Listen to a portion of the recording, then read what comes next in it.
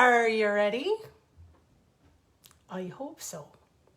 Because I've had a day today. Yes, I have. An entire day of piracy. On and off the land. It's true. So you can't put on one of these hats. Take it off. Speak perfectly normally. Put it on. And you haven't got a prayer. That's right. So today, I was writing about pirates. And I was going to just leave it online for y'all to read. But no. No. Because the pirates on the land, you see, they've made me day miserable. So we're taking that. All of it's coming back now today. Today, I interviewed the pirates of the Black Raven and the Queen Anne's Revenge. That's right, from St. Augustine, Florida. And I wrote about them. That I did. And I decided that with the way things are going here on land, yeah, I might just need to paint something because it's a paint stick, but it looked really good as a cutlass. So I interviewed Grace St. Clair today, and I learned some really cool stuff about pirates that are doing some amazing things down in Florida. I wanted to share. Because we've all been in Davy Jones lockdown just a little bit too long at this point. Yeah. So I'm going to read you two stories. They're news stories, pretty much. One of them is, as I said, a pandemic's pirate's tale. And the other one is a story that is my suggestion for something we're all going to need once this is all over. Ready? Warning, there will be pirate jokes. So, a pandemic pirate tale. Crews volunteer to cheer up those in isolation. That's right. Look, we've got it all worked out here.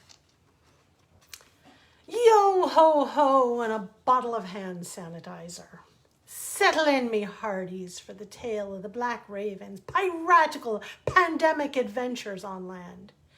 Let's see what happens when the Queen Anne's Revenge and the Black Raven are in Davy Jones lockdown for just a wee bit too long. While many will emerge from this pandemic experience blinking at the light and uttering in the immortal words of Captain Jack Sparrow from the Pirates of the Caribbean, "Why has all the rum gone?" These pirates can be proud of the smiles that they put on the faces of those in isolation. The crews of both the Black Raven and the Queen Anne's Revenge definitely embraced Jack Sparrow's mood of, the problem is not the problem. The problem is your attitude about the problem. Yes, indeed. For months, the pirates have put their backs into lifting the spirits of those celebrating birthdays, anniversaries, and graduations in captivity at no charge. Of course, tips are always welcome. No charge? Shh! Don't tell the pirate brethren that they treated the code more like guidelines. The crew serenaded those in lockdown, appearing on lawns, in driveways, and beneath the windows of those in isolation, to sing sea shanties and tell pirate jokes, such as, "How much does it cost for a pirate to get his ear pierced?" "A buccaneer!" Right. And also, "Why couldn't the pirate crew play cards?" Beats me. "Because the captain was standing on the deck." Yup. They passed on sitting around and getting squiffy to spread joy, mischief, and toilet paper. Singing sea shanties beneath the windows of those in quarantine. 'Twas the noblest act of pirates indeed that for months Bella Sangria, Elizabeth Myers, Tim McFinn, Old Cracker, and Lady Red, because we would never, ever forget Lady Red. Ever. At least not more than one time. And Walker Plankton have gone out at no charge to provide lockdown landlubbers a welcome break from the monotony.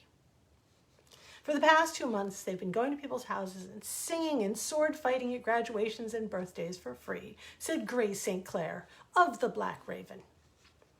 They've been handing out treasure. They put their swords into a treasure bag and they come out with the greatest treasure of the pandemic. The most sought after thing in COVID-19, toilet paper. That's right, booty for your booty. This is the best day ever, ever. On Thursday, May 21st, the ship will break free of its pestilential quarantine bonds to bring fun and frolic back to St. Augustine, Florida, with a whole new show and a carefully crafted social distancing plan to keep everyone safe from COVID-19. Masks are welcome, but not required.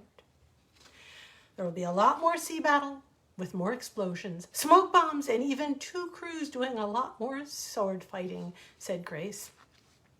Navigating the waters of the reopening and keeping families safe has been keeping Blackbeard Mike Tolinsky busy, scripting a whole new social distancing friendly show. Gonna be a lot more cannon fire, a whole lot more sword fighting, he told me. The bad guys are gonna get badder, he added in character. Aye, that we be.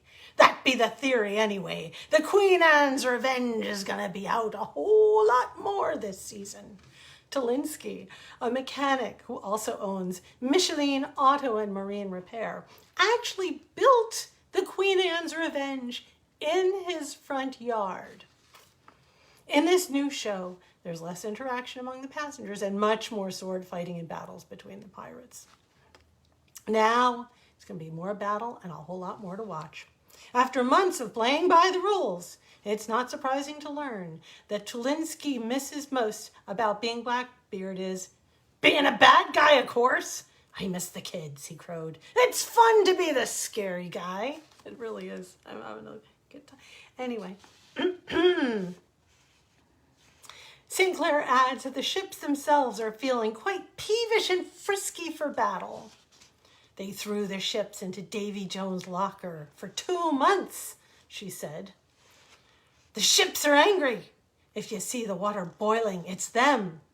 When they come back, that's the big disturbance in the water. They're coming back up.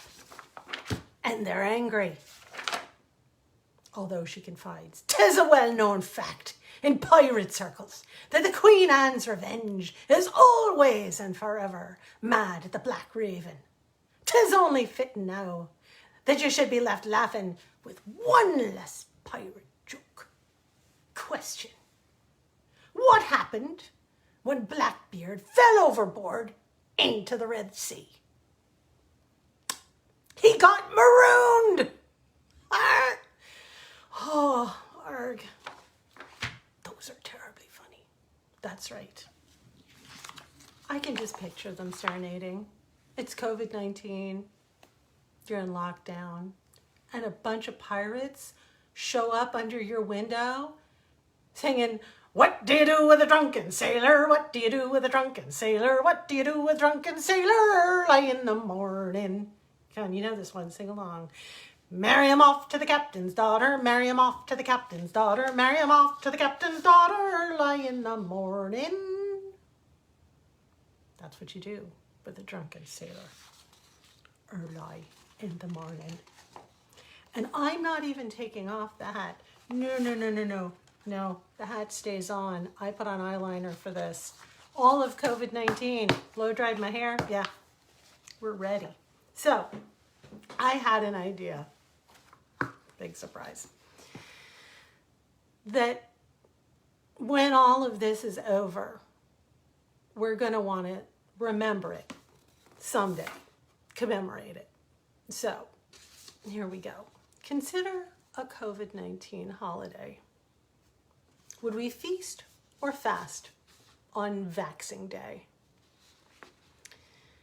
An Austrian company is selling toilet paper snow globes. So why not a new holiday too to go with them? I think that one result of the entire planet sharing a traumatic experience in the form of the coronavirus pandemic could be an annual holiday to mark the experience. The mind reels at the possibilities. Starbucks could have a limited edition secret menu green Vaxicino that, due to shortages, would be limited to one per customer. If gamers and cosplayers take the lead, we may have COVID-Con, with everyone dressing as their favorite lockdown hero or essential worker, or in this case, pirate. While we learned that not all heroes wear capes, masks would be mandatory. In keeping with the nature of the ever-changing lockdowns, this holiday could well morph into months of festivities, like Coronella Music Festival, Burning Month, with sculptures made from toilet paper, pink slips, and pizza boxes, all going up in flames. The Brits will surely want to call it Vaxing Day, which will lead to Anti-Vaxing Day here in the States. The idea of a holiday came to mind as I thought about how the world has passed through Passover, Easter, and right now, Ramadan during lockdown. It made me wonder how a new holiday might be structured and, of course, what it would be called. I thought the easy part would be coming up with a name, but not true, no. If it's just named after the date, like Cinco de Mayo, then we have to try and nail that down. And since lockdowns will all end on different dates, it will probably make sense to hold it on the date that it first happened. In China? Well, according to the World Health Organization's website, on December 31st, 2019, Wuhan Municipal Health Commission, China, reported a cluster of pneumonia cases in Wuhan, Hubei province. A novel coronavirus was eventually identified. Well, that's not going to work. December 31st, it's Christmas and Hanukkah. Okay, what's next on the timeline? Okay, January 1st, 2020, the WHO set up the IMST, Incident Management Support Team, for the outbreak. No, we can't do that because that's New Year's. Okay. On January 5th, 2020, WHO published a first disease outbreak news on the new coronavirus. That could work. Let's pencil that in. Oh, but that gives us Cinco de Enero. That's a little too derivative. So maybe we're going to have to roll with a name on this one. All joking aside for just a moment, there is a strong sense of needing a somber reminder, characterized by fasting, giving, remembrance, and self-sacrifice. Maybe we need the funny in order to cope with the pain of the loss before we can commemorate the enormity of what's been lost. Somewhere, there may be a New Normal's Eve, when all will gather for loved ones and remember all that was lost. In memory, we would paint our faces with the warrior stripes of healthcare professionals who suffered from wearing masks. I believe we might need a month-long event that encompasses the gravity and grief, but also lets us celebrate life. Also, with the lingering cases of PTZD, post-traumatic Zoom disorder, you know what that is, we may still need the comic relief embodied in a unique central patron character. Now, since most major holidays revolve around male, savior, prophet, elf, rabbits, I'm pushing for a female lead on this one. Behold, Vaccinea, unapologetically braless, probably in pajama pants, if she's wearing pants at all, with her hair living its best lockdown life. We will distribute laptops to public school children and have a tray of home-baked bread. I toyed with naming her Covidia, but that sounds too much like something you're going to catch as soon as you get out of lockdown and back on the dating apps. Now, do we make this a holiday about self-isolation in order to remember the bad times, or shaking hands and touching faces of strangers to celebrate our ultimate release from captivity? From craptivity, which is not a typo. Craptivity is the appropriate descriptor many will use in remembrance of these times. Some of us will forever plant victory gardens in homage to these times in which farmers plowed under potatoes and slaughtered laying hens by the millions. Maybe we'll place baskets out in front of our steps where people can leave us decorated potatoes, or paint eggs a sickly green with spots and leave them in the yard as a sort of reverse Easter egg non-hunt. The eggs will be all placed 6 feet apart in the yard to commemorate the virus, and nobody will touch them for months, and it's going to really stink the place up. It could be a feast of plenty after the shortages, in which case it could be called TP Day, where we wantonly waste the resource by stringing toilet paper through all the trees. In the end, though, I decided to go with a simple, classic day to celebrate the ability and willingness to get close to people again after so much social distancing. I give you Hugmas Day. Feel free to celebrate it with your own mashup of any of the ideas presented here, just so long as the main day is all about the hugs and holding on tight to those that we love. Well, there you have it. May all your days be filled with pirates, Caribbean or otherwise. I will see you all again tomorrow night with new tales.